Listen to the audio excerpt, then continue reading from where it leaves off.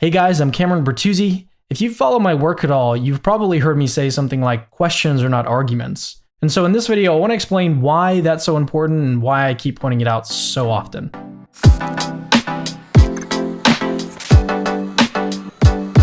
The first reason I point it out is because it's true.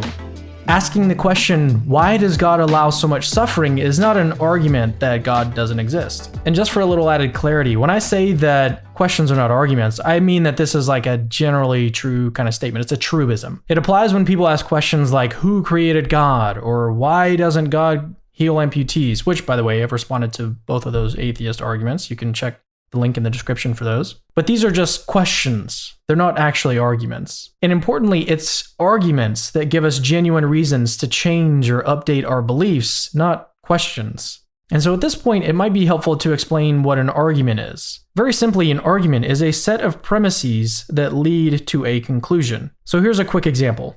Premise number 1, if abortion kills a human, then it is wrong to perform abortions. Premise 2, abortion kills a human.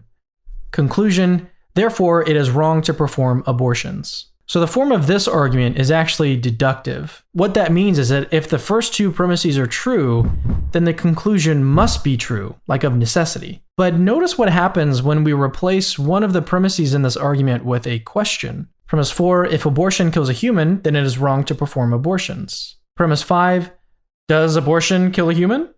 Conclusion, therefore, it is wrong to perform abortions. Turning premise 5 into a question actually means that we no longer have a valid argument. The conclusion doesn't actually follow anymore. And this is because you can use questions to get information, but you can't use questions to assert information. And this leads me to my second major point. Even though it's obvious that questions aren't arguments, questions can sometimes still feel like arguments. When atheists ask questions like, why would an all-loving God allow something as terrible as the Holocaust? It might be tempting to think, I can't really think of a reason why God would allow that, so maybe God doesn't exist. But none of that actually logically follows. To see why, let's spell out all the reasoning and put it into an argument. Premise number 7, I can't think of a reason why God would allow the Holocaust. Conclusion, therefore, God doesn't exist. The conclusion God doesn't exist doesn't actually follow from premise 7 unless we add an additional premise, number 8. If I can't think of a reason why God would allow the Holocaust, then God doesn't exist. But when you lay it out in a complete argument, you can see that the reasoning here is actually pretty weak. The fact that you personally, can't see a reason doesn't mean that God doesn't exist. That'd be like saying that amateur chess players could rationally infer that the chess grandmaster is incompetent because they can't make sense of some of his moves. That is completely intellectually irresponsible. You first got to establish that you would be in a position to know what those reasons are. And in fact, if God exists, then it's actually unsurprising that some events would happen for reasons we can't see. But if atheism were true, then it's actually really surprising that this whole complex universe would exist with all these communities of people asking these sorts of questions. And so in other words, the atheist's own premise here actually ends up supporting God's existence. So I want to switch gears here and talk about how feelings can bypass our reasoning. When someone asks us why God would allow something as terrible as the Holocaust, even though that's not necessarily a rational conclusion to jump to, it can still feel like God doesn't exist. But why is that? On a related note, advertisers have long known that emotions play a real big central role in getting people to buy their products. Have you ever wondered why some commercials try to be so sappy? Like, why are you trying to get me to cry when it's just a commercial about Ford trucks? The reason they do this is because they want you to feel an emotional connection to the product. They aren't giving you a rational argument of why their truck is better than the competition, like a list of all the great things about it. What they're doing is playing on your emotions, hoping that you'll bypass and jump over all of the necessary steps and just go directly to the conclusion that I should buy this truck. And so in other words, you aren't being sold on a rational argument, you're being sold on your own feelings.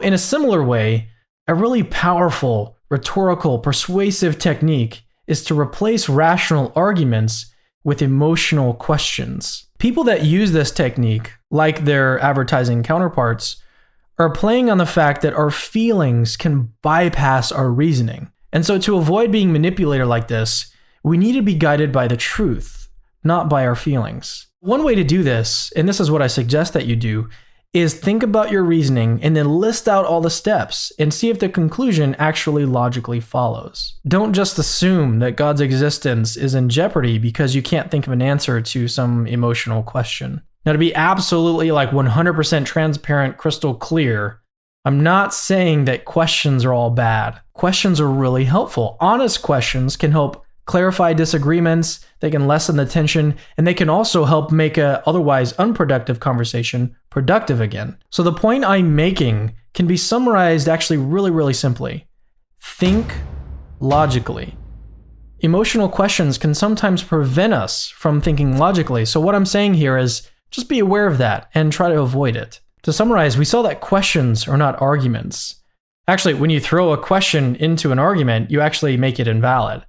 And this is again because questions get information, but arguments assert information. Secondly, even though obviously questions are not arguments, it can still sometimes feel like questions are arguments. Emotional questions are kind of like advertising. They can really mess with our ability to think rationally. And the solution is to just resist manipulation. Think with your brain, not with your feelings. Alright guys, that does it for another little video. If you've been enjoying our content, please remember to thumbs up the video, and subscribe to our YouTube channel. Also turn on notifications. That's a really cool thing to do. By the way, you can't really see it, but I'm actually wearing a shirt that says questions are not arguments. You can buy merch like this and other shirts. It's all available on our website. The link to that is in the description.